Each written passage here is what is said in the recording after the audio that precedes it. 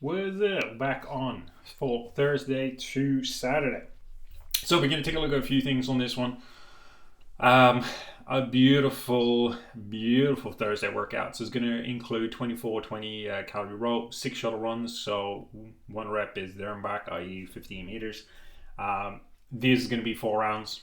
And then we're going to go into beautiful row calories and burpees on the spot. So 32 descending by fours all the way to 16. Right.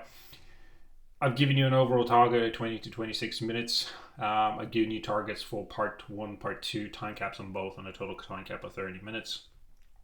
There is not much to this workout except for a few things that I want to do it. Your rounds, 4 rounds in the beginning, should be very aerobic and repeatable. So what I should see this, it shouldn't be an all-out sprint. You should be, say, for instance, I'm going to give you just a random time here, so someone doesn't go, "Oh, that's impossible to hit." Yeah, of course it is, but it's just to make a point. If you do, say, your first round in 1 minute 10, right? Ideally, by the time you do your fourth round, I want to see something like a 1 minute 15, a 1 minute 20. What I don't want to see is something like you do your first round in 1 minute, and then the time you go to do your fourth round, it's taking you to 20. That means that you've not paced this correctly and you've shot out the gate. Oh, cool. Well done. That's not the point of the first round. The first round is, or should I say the 4 rounds, the first part of that is repeatable aerobic base. And that means that you keep continuously being able to go, right, I know how long it takes me to do 24. I know how long it takes me to do 6 shuttle runs at a quick pace, pull slightly back. Let's repeat it. Let's get good at actually being consistent, because it's a big thing when we come to the sport, but also your own fitness. Now, when you get into the last bit, which is row cals burpees, this is where the real work begins. This is where I want you now looking, going, it's not so much true about pacing, but it's how do I get faster, quicker, and more efficient as time goes on. This is the physicality and the mental test on this part, which is a nice thing.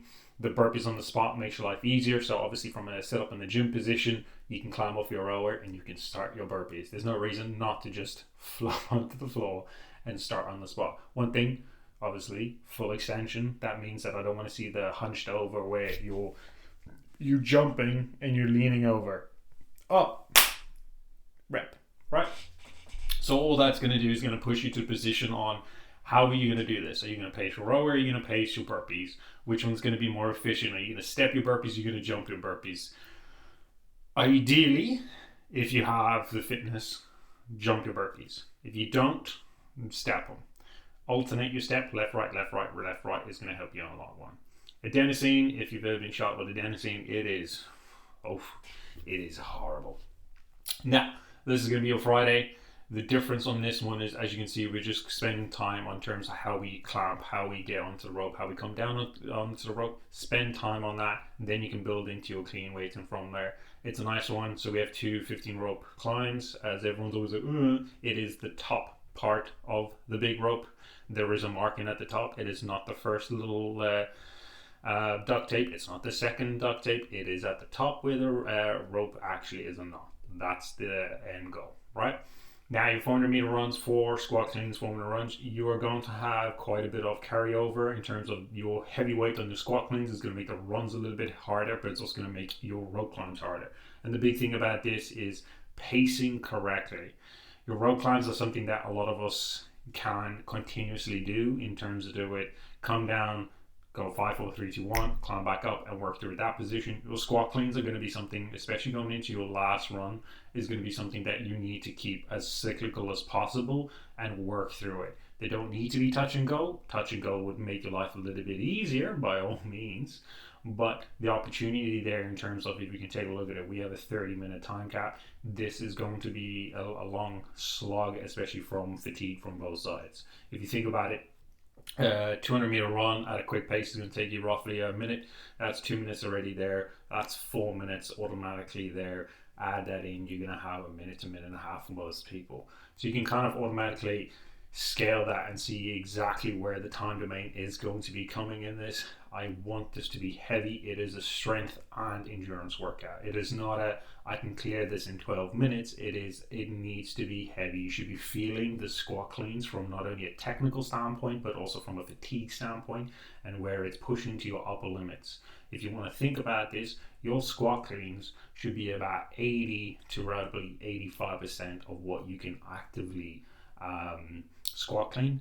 and these are meant to be heavy. So if you base it on your front squat, you can push those numbers up a bit more. So if you're someone like Jay who's squatting like 145, 90 for Jay is going to be easy.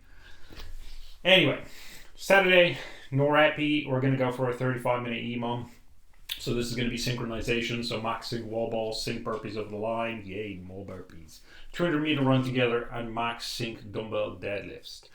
Now, the score is going to be 1, 2, and 4. Your run together is going to be paced. Obviously, you've got a minute to do it, so it should take you less than a minute to do it. Now, the biggest thing for today is synchronization, right? It is making sure that you sync up into the position. You use your strategies with your partner. It is one that will creep up onto you very, very quickly. Don't forget that obviously the burpees into a run is going to be tough, and then deadlifts is actually probably going to be one of the easiest things. Try not to hunch too much your back and get too much of a back pump on here, because it will affect everything else.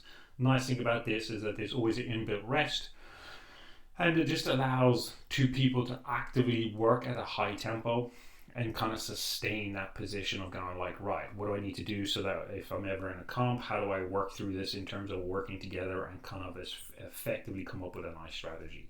It's a sweaty one. You'll get to a nice position, especially around the 15 to 20 mark is when this is going to start feeling actively a little bit more. So just be conscious in terms of like how you pace things.